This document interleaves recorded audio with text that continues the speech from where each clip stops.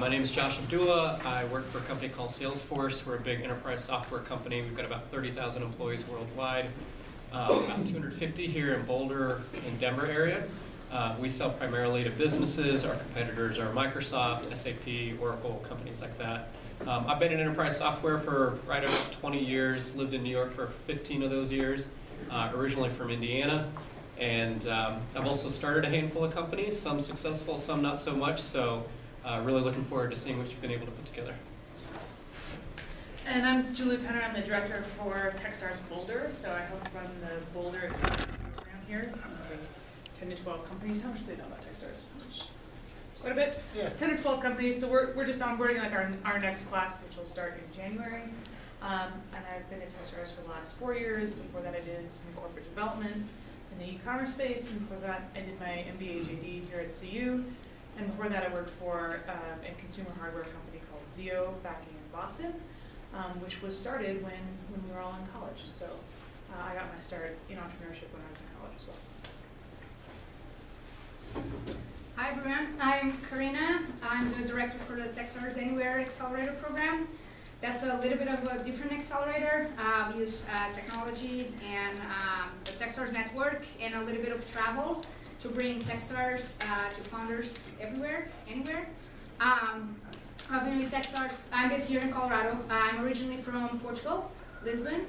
And before joining Techstars, I co-founded the first accelerator in Portugal, Lisbon.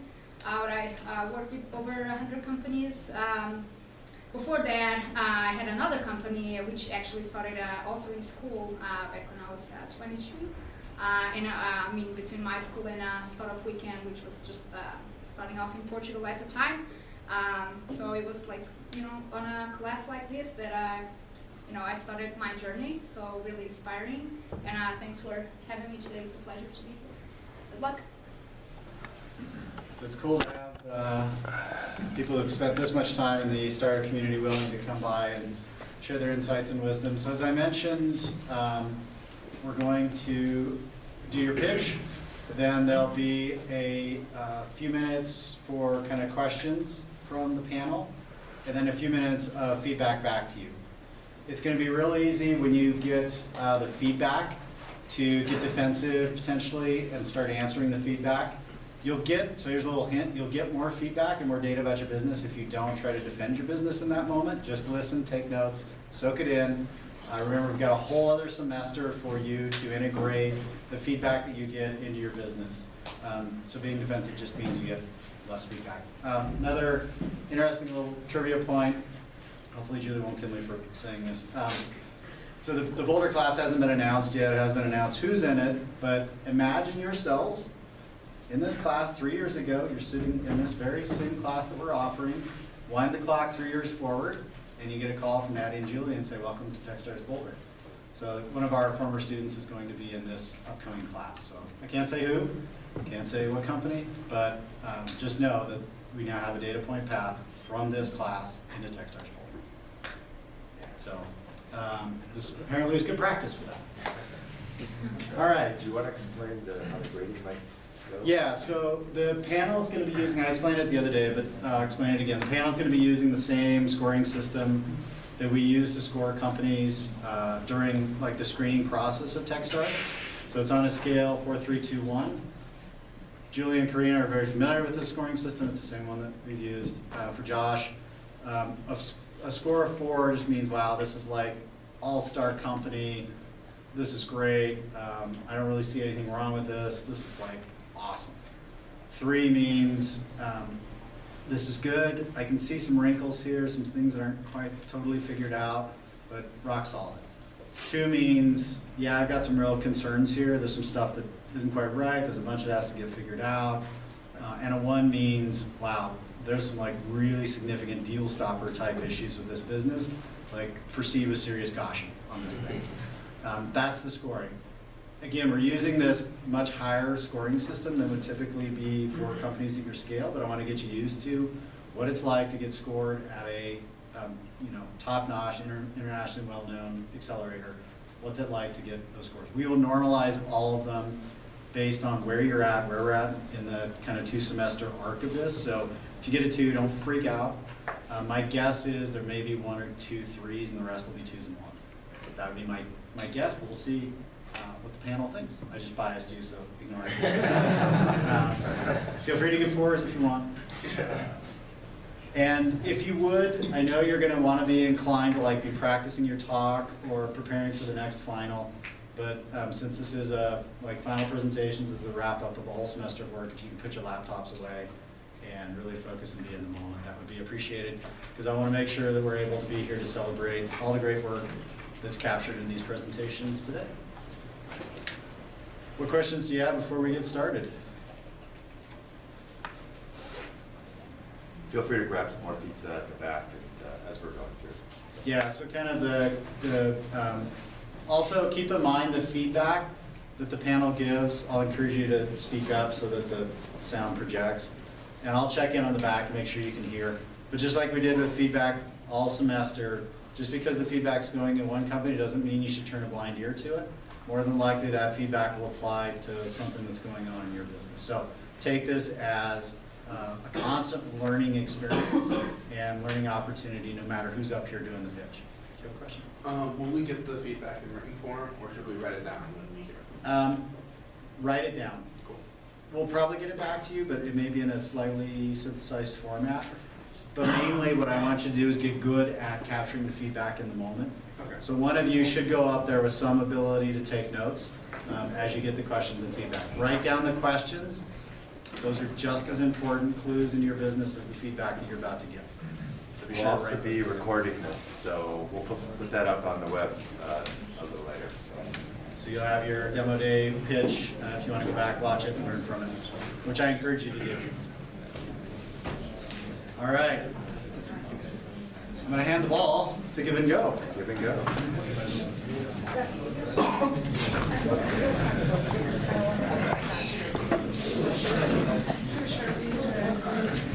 Hang on a second.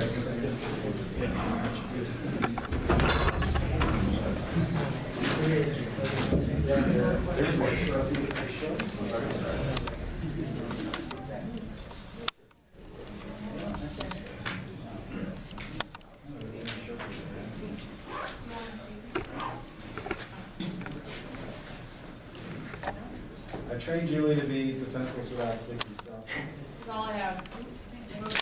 All right. So you good? Yep. I finally have some socks in there too. We have a founder that for some reason always gives us socks as gifts, so.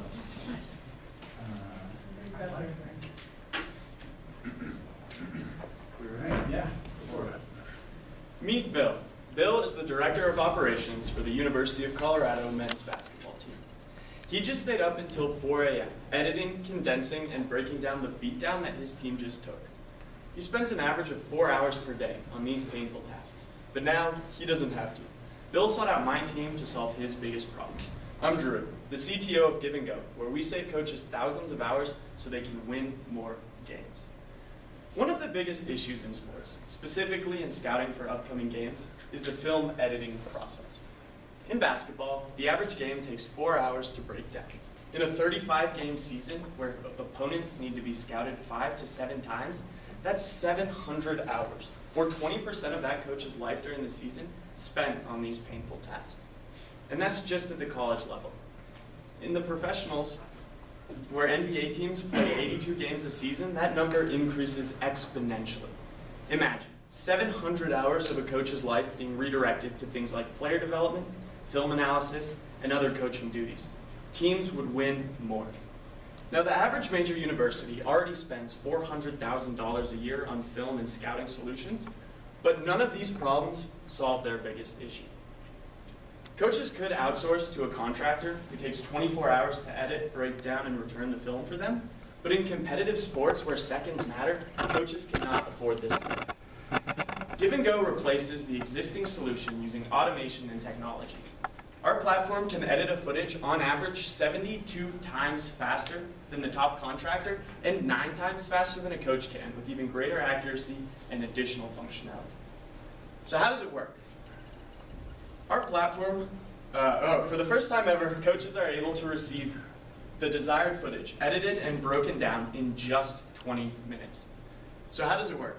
Our innovative and proprietary platform watches the game on hyperspeed and turns full games into just what coaches want to see. Our computer vision algorithm condenses out dead balls, timeouts, and more into just game action. Not only do coaches benefit from our software, but players do as well. Imagine, 20 minutes after a game, a player sitting in an ice bath is able to review the footage from that night's game. Think of how productive coaches would be when they can review the footage from that night's game on the bus ride home, tweaking their strategy for the next time they have to face their division rival. Give and Go equips coaches and teams with the tools they need to compete and win in a constantly evolving sports industry. Now, since May, we've spoken with 170 coaches across the country at both the collegiate and professional level, and 130 of those coaches cannot wait to get their hands on our product, including Duke, Wisconsin, and even the Denver Nuggets. Now, why are coaches so excited to win more? Not only does winning come with job security for a coach, it has a direct financial impact on each university. Just an appearance in one NCAA men's tournament game comes with a $1.7 million bonus. Beyond that, sales of merchandise, donations from boosters, and most importantly, ticket sales all increase dramatically with winning seasons.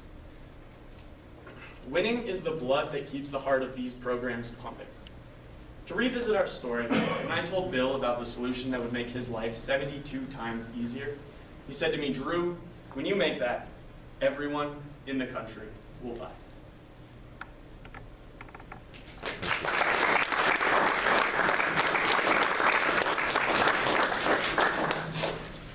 Questions? Your market sizes. We have a slide for that. Yeah. So the analytics market is currently pretty big, but it's projected to kind of balloon, and this is for sports analytics. And then, Sports analytics? yes, so like, statistics, analytics, things like that. And then it's the video market for sports is expected to grow as well. It's the one before it. Yeah, so it's expected to balloon from 125 million all the way up to 860 million. What's your go-to-market strategy? How are you acquiring customers? So currently we're beta testing with the University of Colorado with their team. Currently we're testing out our software, and we have a few different strategies, but we're thinking of offering a tournament package for the teams that make the tournament. And then from there we're just cold calling, emailing, and talking to coaches and getting it into their hands hopefully for the next Is season. the customer the coach? The Or cu- league, or the customer- associate? Yeah, we would sell to each university, so each coach at the university. How many decision makers are in that process? It depends. Usually it's the video coordinator would ask the coach if there's like the budget for it, and the coach usually trusts their coordinator to make the decision on what tools that they need. Is the algorithm sport specific? Currently, yes, it only works for basketball currently, but it is a pretty, we believe, reusable between different sports. You talked about 130 coaches. What did they do to indicate their interest? Mostly it was just the fact that they wanted to hear more, and they were very receptive and open to getting a call or an email back from us when our software is ready to go to market. On that, like how are you training the algorithm to, like, at that, is this like related to, like, the product is directed to sports, like basketball Mhm. specifically, so you kind of need to train, Right. like on enough data so that it can capture, like, Yes. spots or whatever, Yeah. you know, Yeah. moments in the game. What's your plans on, you know, getting that data? So currently we're recording pretty much every men's basketball game during the season, and we're also getting advanced feedback from the coaches at CU, and so we're taking their current edits, and then we're cross-comparing that to what our algorithm puts out, and learning off of what data sets coaches give us. What would be the metrics that you would evaluate, like, the quality of the data? Right, so coaches on our platform, they're able to indicate if a play is messed up or incorrect, and that will come back to us, so we would be able to know if a coach says, like, this game isn't cut right, or this clip ends too early, things like that. So we get the feedback directly from the coaches. Okay, 2 minutes for feedback. Go quickly. So first of all, nice presentation, good style, good confidence.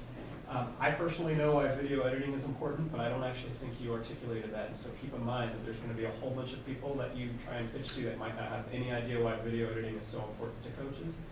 I thought you did a good job talking about benefits compared to current process. The whole 20% of his life in the season, which I don't know what that note means, but hopefully that resonates with you.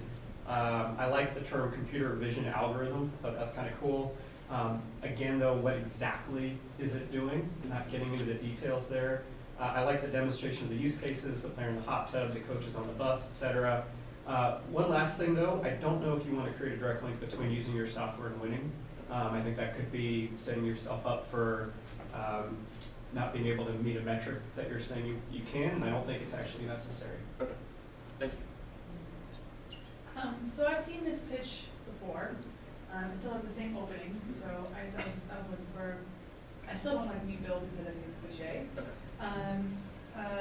And the bill at the end is a match bill at the beginning, right? I don't know if there's supposed to be two different bills, but you use them. Right. I think it could just be fresher, and I think the problem statement in the front could be a little fresher. I felt a little muddled between a couple different value propositions.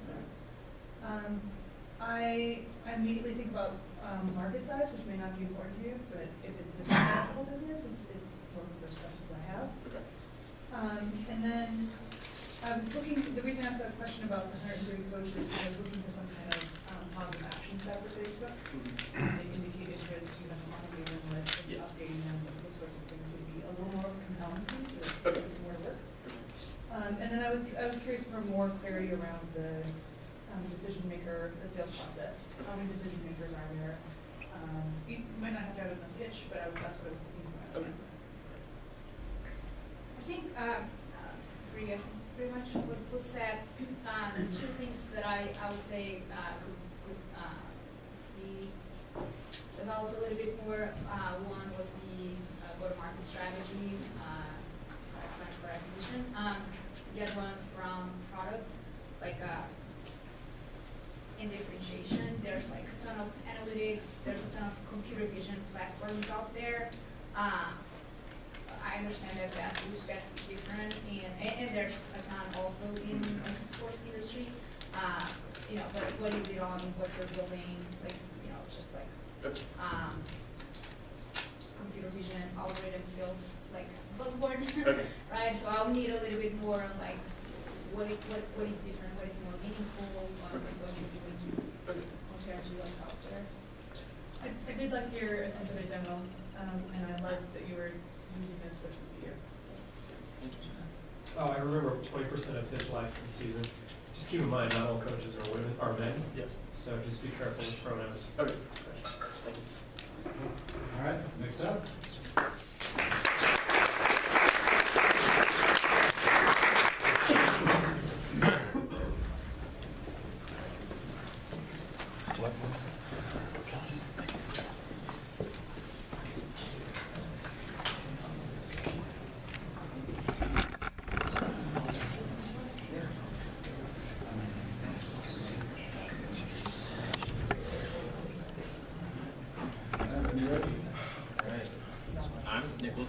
Founder, CEO of Savant Corp. $60,000. Imagine you just lost $60,000. Let me tell you how it's a possibility every day in a city like Boulder, Colorado. The average home sale price in Boulder just surpassed $1 million. At the same time, the average realtor commission is around 6%. 6% of $1 million sale brings us to $60,000. To better quantify that, you can think of it as 13 mortgage payments on an equal value home. What's the problem with this picture? Obviously, it's the huge closing costs associated with the realtor. Let's drill down and see what you're really getting for that huge associated cost. Starting with the average time to list a home in current market conditions by a realtor, it's about 9 hours.